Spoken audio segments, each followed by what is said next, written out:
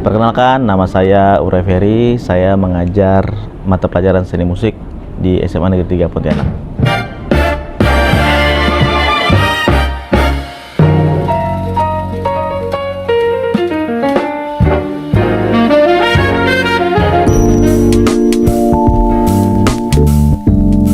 Nah, sebelum di SMA Negeri 3 Pontianak, saya itu ada mengajar di Muhammadiyah Mujahidin dulu sebelumnya. Jadi awal mulanya itu di tahun 2017 mengajar di SMA Negeri 3 Pontianak. Nggak tertariknya karena kuliahnya pun di jurusan seni musik ya. Jadi di FK pula jurusannya SPD gitu kan. Ya mau tak mau jadi guru kan. Kalau mau jadi yang lain-lain belum di kapasitas saya. Jadi enggak tertariknya ketika udah ketemu dengan anak murid, belajar tiap hari jadi guru. Nah, itulah awal tertarik jadi guru gitu.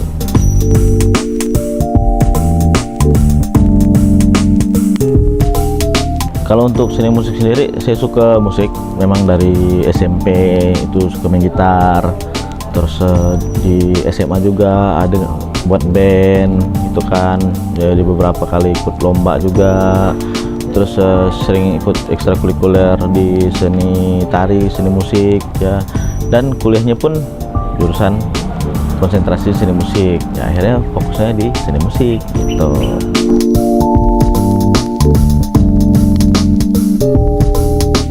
Nah, kalau penting nggak pentingnya ini karena di seni musik itu sendiri itu sebagai ya, pemecah konsentrasi lah. Kayak dari pembelajaran ngitung-ngitung kan, dari kimia, fisika, matematika. Nah, pelajaran seni musik, terus ada penjaskes. Nah, ini penting nih untuk pecah konsentrasi nih. Jadi ada main-mainnya juga di situ. Belajar musik, main alat musik. Nah, gitu. Biar suasana tuh nggak tegang terus gitu.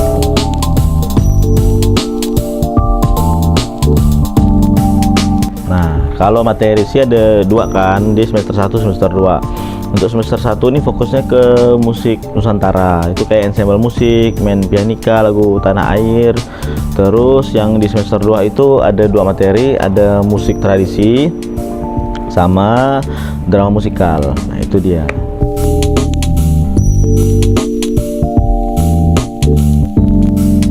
Ya, kita harus menyesuaikan dengan era digital saat ini kan, kayak AI. Nah, di semester 1 tuh saya ada ngajarkan materi tentang ini kan, tentang musik Nusantara. Nah, itu saya kolaborasikan tuh sama AI itu di aplikasi Moises. Jadi itu buat pengalaman baru bagi mereka. Bagaimana cara dari yang ada vokalnya jadi tidak ada vokalnya. Nanti vokalnya tuh diisi sama mereka tuh. Nah, kayak gitu. Jadi mereka tuh ada rasa penasaran lah, ini kok aplikasi apa nih AI ini. Nah, di era digital ini kita harus menyesuaikan. Tidak bisa kita tuh ngerasa ini tidak penting nih, ini pembelajaran lebih dulu nih, yang tidak bisa. Kita harus menyesuaikan apa yang ada di era digital saat ini, khususnya di AI lah.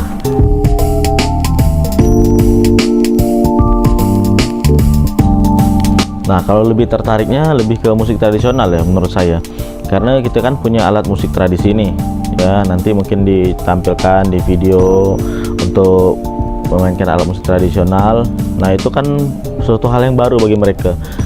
Dan waktu SD SMP belum pernah gimana mainnya alat musik tradisi. Kita di sini ada kenong, ada gong, ada kompang, ada rebana ya kan. Nah, di situ tuh kita kolaborasikan tuh, kita aransemen musiknya sedemikian rupa untuk seluruh anak murid di satu kelas.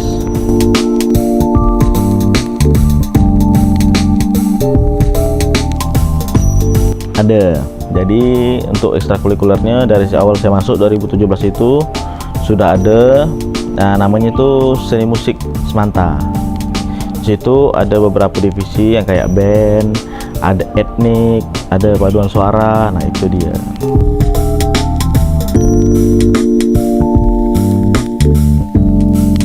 Nah, pertamanya di awal masuk mereka kelas 10 itu kita seleksi lah. Jadi abang kelas mereka nih, kakak kelas mereka kelas 11 12 itu menyeleksi, cari anggota yang vokal yang mana, yang main gitar tuh yang mana, yang bisa main bass tuh yang mana, yang bisa main keyboard tuh yang mana. Pokok dipilah-pilah dulu.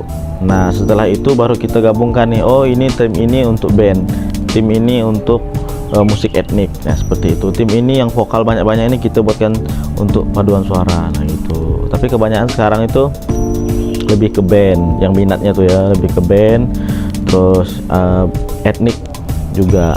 Kalau paduan suara ini agak kurang karena vokalnya pun tidak terlalu banyak, itu banyaknya ke band.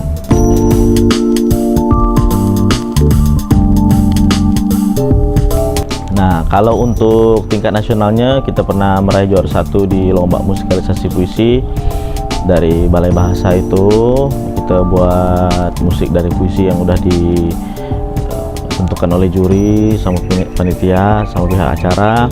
Terus yang berikutnya ada juga kalau di etniknya itu kita pernah juara 3 untuk lomba musik etnik di museum, itu tingkatnya tingkat provinsi Kalimantan Barat.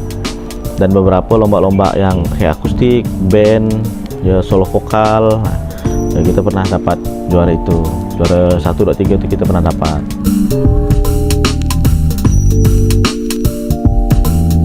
Tantangan terbesarnya itu ada di waktu sama alat. Waktu ini kayaknya kalau untuk 2 jam mata pelajaran, 1 jamnya itu kan 45 menit, 90 menit itu rasa-rasanya masih kurang. Belum coba satu-satu, belum yang nggak pandai sama sekali. Nah itu kita mau ngajarkan dari nol itu. Rasa-rasanya pengennya satu harian tuh fokus di musik ya gitu. Nah pengennya ya kan. Terus alat, nah alat kita ini kan terbatas, yang dikasih sama pemerintah tuh ya segitu, ya gitulah dia. Jadi kalaupun mau ngajukan lagi itu butuh waktu, butuh dana yang besar, nah seperti itu.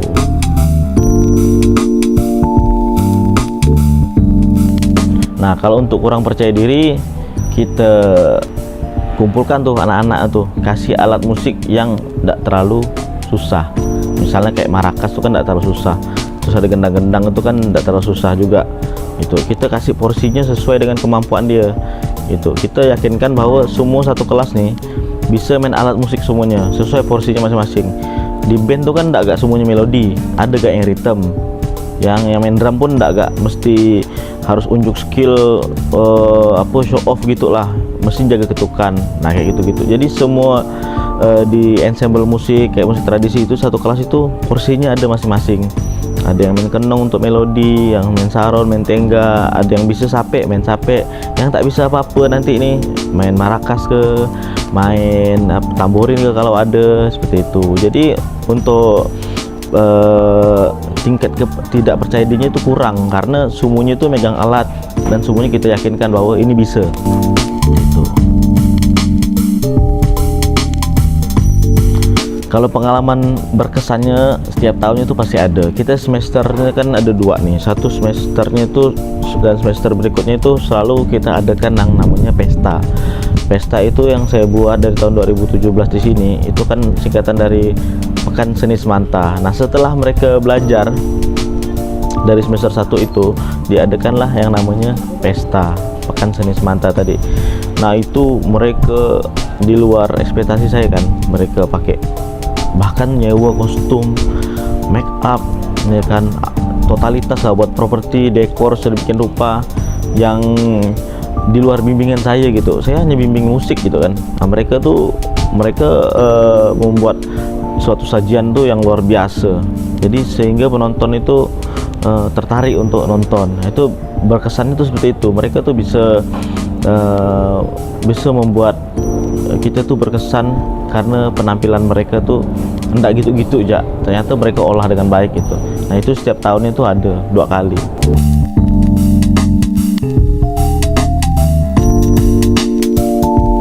Kalau musik saat ini, luar biasa. Apalagi musik-musik indie kan. Anak-anak muda itu udah bisa berkarya. Bukan hanya di studio saja, di rumah pun bisa berkarya. Untuk kalau zaman-zaman dulu ya kita dengarkan musik apa yang disajikan radio, itulah dia gitu kan. Kalau sekarang kita buka aplikasi Spotify ke YouTube apa yang rilisan terbaru bahkan pun hari ini rilis, hari ini kita bisa dengar kayak gitu. Saya rasa luar biasa lah. Cuman untuk selera musiknya ya kita belum tahu mereka tuh ke arah mana, mau ke pop ke, mau rock ke, apa segala macam. Nah kalau di SMA 3 ini kan kita lebih mengutamakan kau tinggal di Pontianak nih, ada beberapa etnik nih, ada Cina, Dayak, Melayu kan. Nah kita kuatkan lo di etniknya tuh, kuatkan lo di musik tradisinya, baru bisa kita berbicara ini musik modern, musik ini gitu.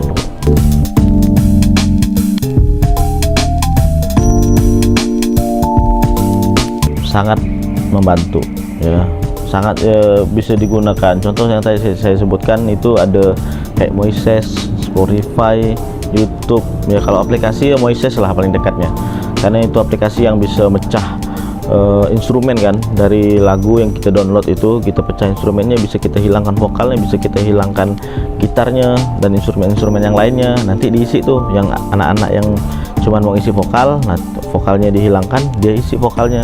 Terus kalau anak-anak yang pengen instrumental, gitarnya dihilangkan, nah dia bisa main melodi di situ gitu.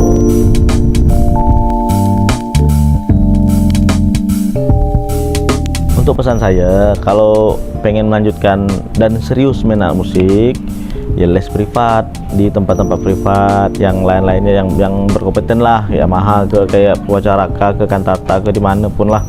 Terus nggak cukup sampai situ juga, kalian harus punya circle atau kawan yang memang mendukung kalian tuh main musik itu seperti apa ya. Lalu tamat SMA nih masih kurang juga, ya kuliah lah ya. Ada di program seni pertunjukan di Pontianak nih, Kalbar nih ya, ada mau diisi ke ya, di IKJ ke ya, di UPI ke, nah terserah lah.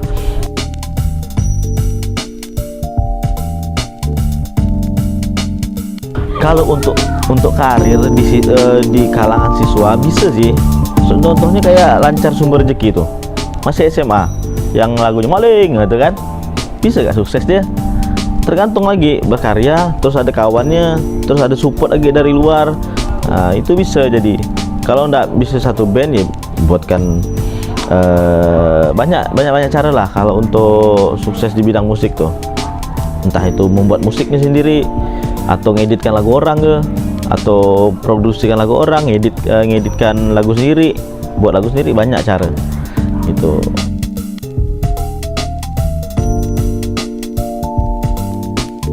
Nah harapannya setelah mereka ini belajar musik, tidak sampai di situ aja ya, dipelajari lagi untuk di luarnya ya, supaya jadi bekal. Karena apa?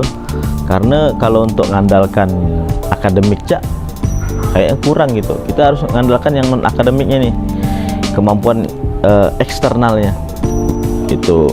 Macam saya lah nih kan, nggak agak pintar-pintar amat kalau di pelajaran nih, tapi ada punya kemampuan lebih di bidang musik. Nah itu bisa jadi keterampilan itu bisa membawa cantepi atau rezeki-rezeki lain. Jadi tidak terpatok kepada satu bidang itu saja. Nah gitu sih.